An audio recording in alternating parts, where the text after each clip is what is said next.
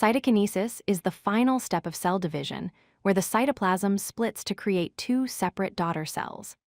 After the nucleus divides during mitosis or meiosis, cytokinesis ensures that each new cell gets its fair share of cytoplasm and organelles.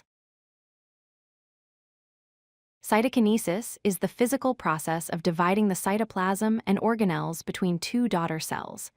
It happens right after nuclear division, whether that's mitosis or meiosis. Think of it as the cell's way of finishing the job, making sure everything gets distributed properly between the two new cells. Interestingly, cytokinesis doesn't happen the same way in all cells. There are two main types. Plant cells use a method called cell plate formation, while animal cells use cleavage furrow formation.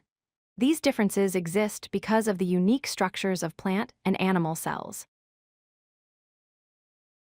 In animal cells, cytokinesis begins when a contractile ring forms beneath the plasma membrane at the cell's equator. This ring is made of actin and myosin filaments, the same proteins that help your muscles contract. As these filaments contract, they pull the membrane inward, creating a cleavage furrow that pinches the cell into two separate cells. Plant cells take a different approach. Small vesicles from the Golgi apparatus gather at the center of the cell. These vesicles then fuse together to form a structure called the cell plate. The cell plate grows outward from the center toward the edges, eventually dividing the cell into two complete daughter cells.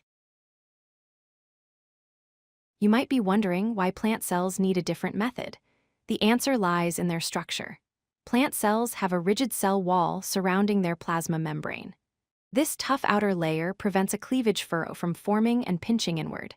So instead, plant cells have to build a new wall from the inside out using the cell plate method. Let's review the key points.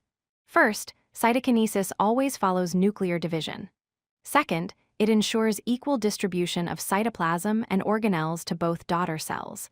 And third, animal and plant cells use different mechanisms to achieve the same goal because of their structural differences.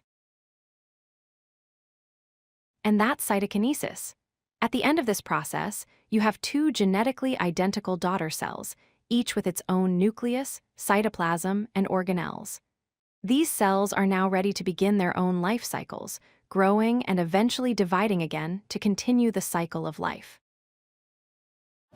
If you like this video, hit that like button and don't forget to subscribe. Visit codelucky.com for more such useful content.